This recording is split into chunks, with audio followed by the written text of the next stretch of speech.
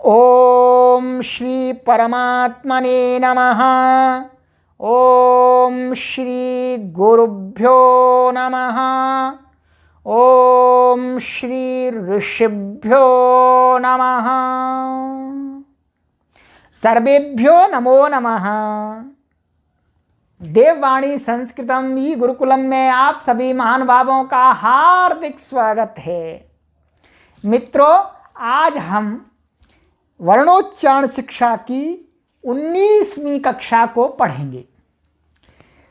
6वें प्रकरण को 5 प्रकरण हमने कंप्लीट कर दिए। आइएगा अब 6वां प्रकरण हम पढ़ते हैं।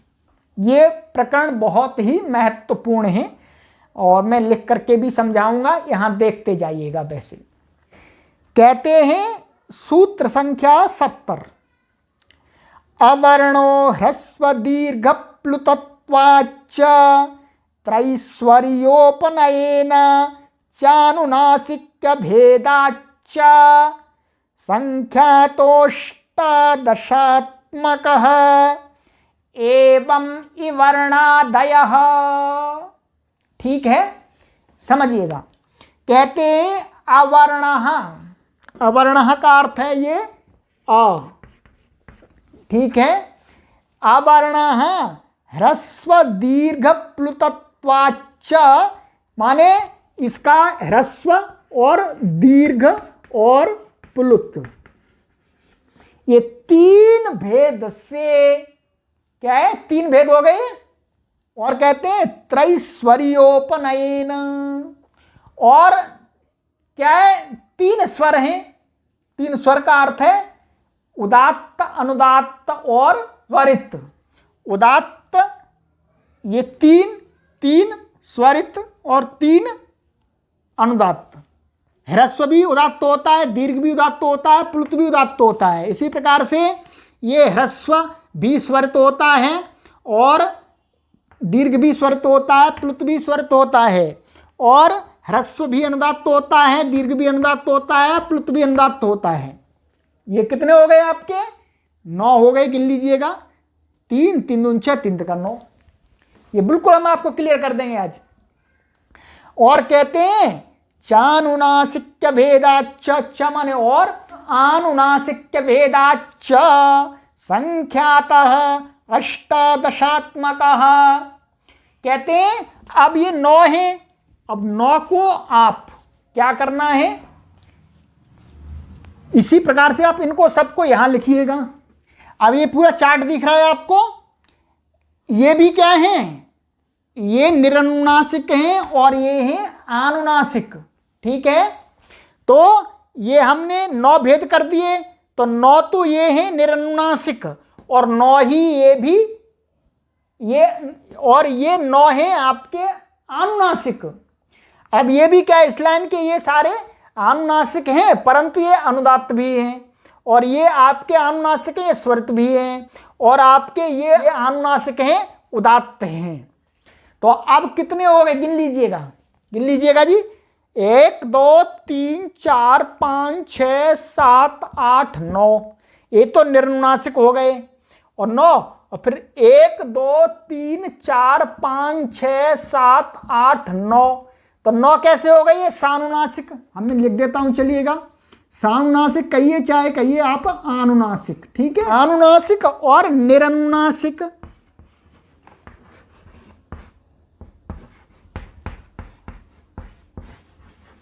अर्थात इन पर निरनुनासिक का अर्थ है जिन पर अनुनासिक नहीं है। तो 9 ये हो गए आपके, और 9 ये हो गए आपके। 9 9 18, अर्थात बराबर 18।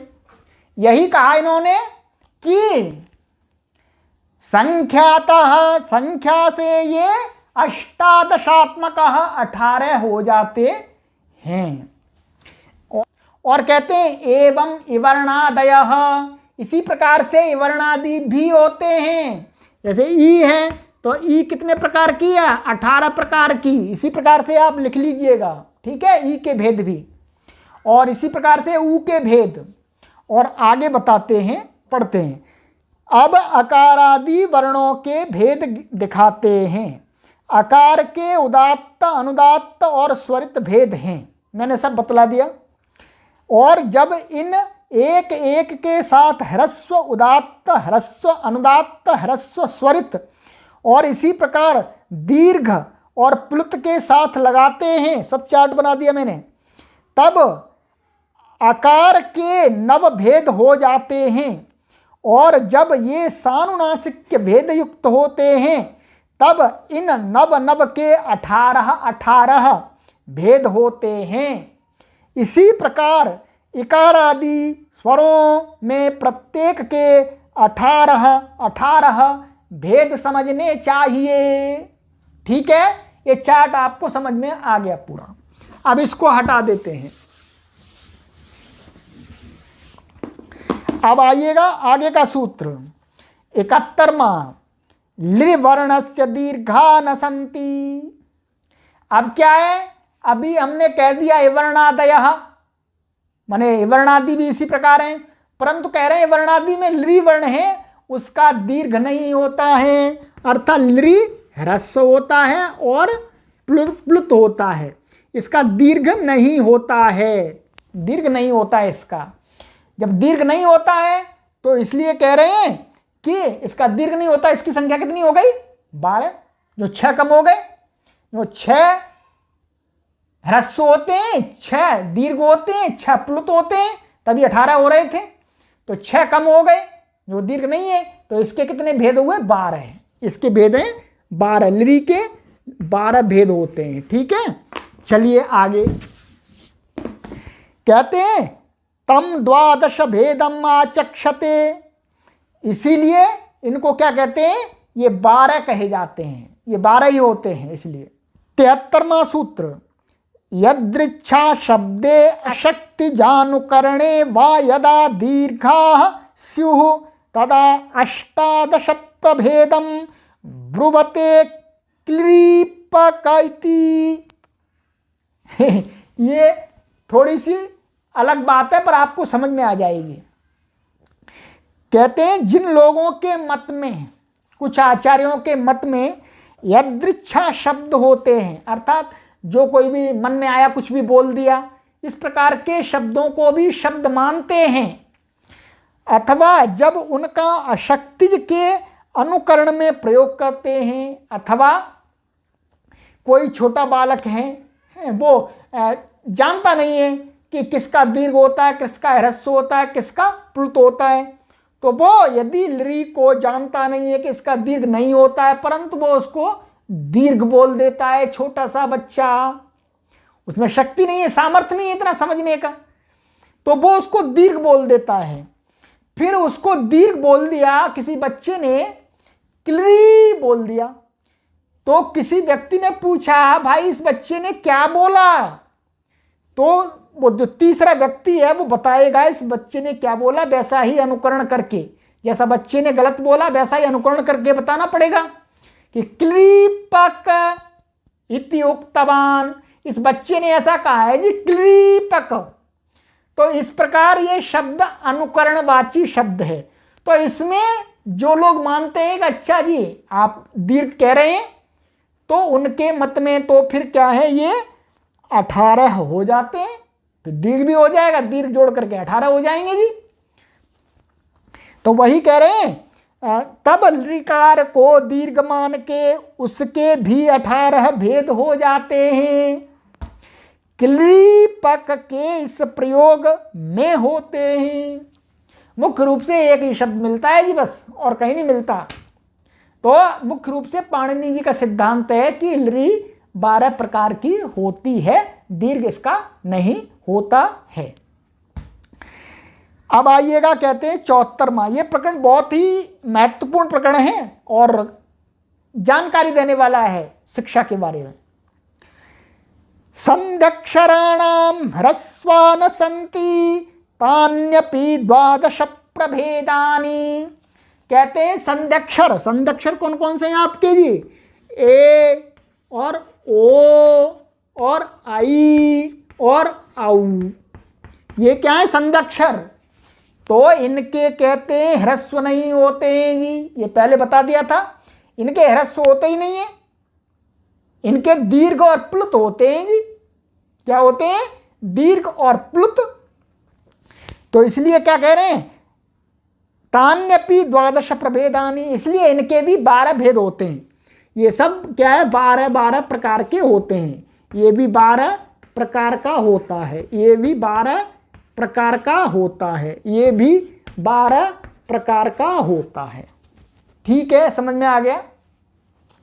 क्योंकि इनका ह्रस्व नहीं होता इसलिए 6 कट हो गए।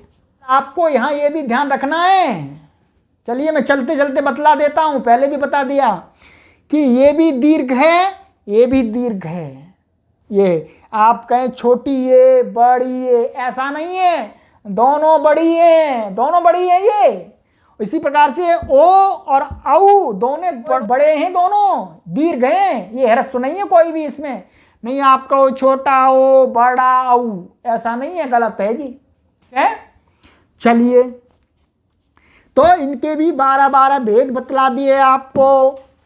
और थोड़ा और आगे आ जाइएगा, कहते हैं अंतस्था द्विप्रभेदा रेफ वर्जिता सानुनासिका निरनुनासिका। कहते हैं जो अंतस्थ वर्ण हैं, कौन से हैं जी? या र ल व, यही तो अंतस्थ हैं जी आपके, या र ल और व। तो ये कहते हैं कि जो अंतस्थ द्विप्रभेदा है, इनके 2 भेद होते हैं। कितने? 2 केवल। परंतु रेफ वर्जिता है, इस रेफ को छोड़ करके जी, रेफ नहीं होगा, रेफ तो अकेला ही होता है, इसका भेद नहीं होता जी। तो 3 बच गए आपके, या ला हुआ। तो कहते हैं इनके भेद क्या होते हैं? सानुनासिका निरनुनासिकाश्च। अब ये आपके ये र को हटा देते हैं हम, ठीक है, र को हटा देते हैं, तो इनके 2 भेद हो गए। कैसे? एक ये निर्नुनासिक हो गया, ये सानुनासिक हो गया। इसी प्रकार से आपका ल, ये निर्नुनासिक हो गया, ये सानुनासिक हो गया। और इसी प्रकार से व, ये भी आपका ये सानुनासिक हो गया, ये निर्नुनासिक। तो ये 2 इनके भी भेद हो गए। ठीक है, ये आपके लिए नई बात हो सकती है। आप कहेंगे भाई ये तो हमने सुना ही नहीं कभी, तो आपने नहीं सुना होगा, परंतु ये होता है। राइट। 76वां, रेफोष्मणाम सवर्णान संति। कहते हैं भाई रेफ और ऊष्म वर्णों का कोई सवर्ण नहीं होता है, ये अकेले अकेले होते, इनका कोई भाई बंधु भगिनी नहीं होती है।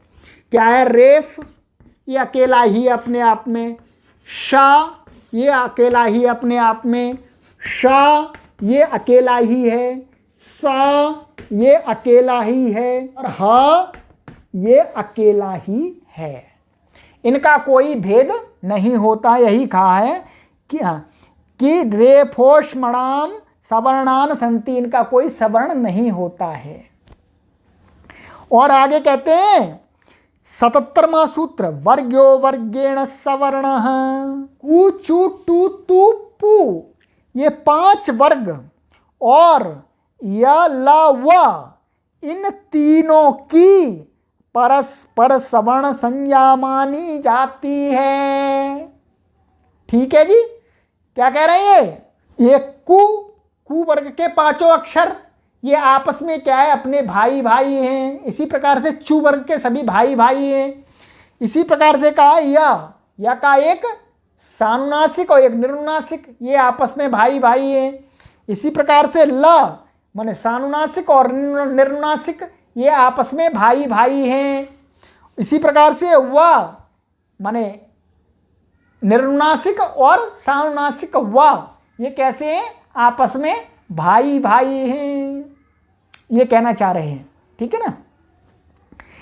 जैसे ककार का सवर्णी खकार समझा जाता है, वैसे समझना चाहिए।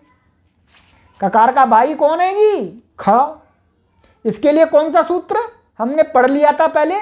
तुल्यास्य प्रयत्नम सवर्णम। ये पढ़ लिया था पूर्व में। तो ये आपका आज 6वां प्रकरण पूर्ण हुआ। अब 2 प्रकरण बचे, आगे की कक्षा में हम उनको समाप्त कर देंगे और आपकी वर्णोच्चारण शिक्षा भी समाप्त हो जाएगी। राइट। अस्तु, इस कक्षा को अब हम यहीं विराम देते हैं। सर्वेभ्यो नमो नमः।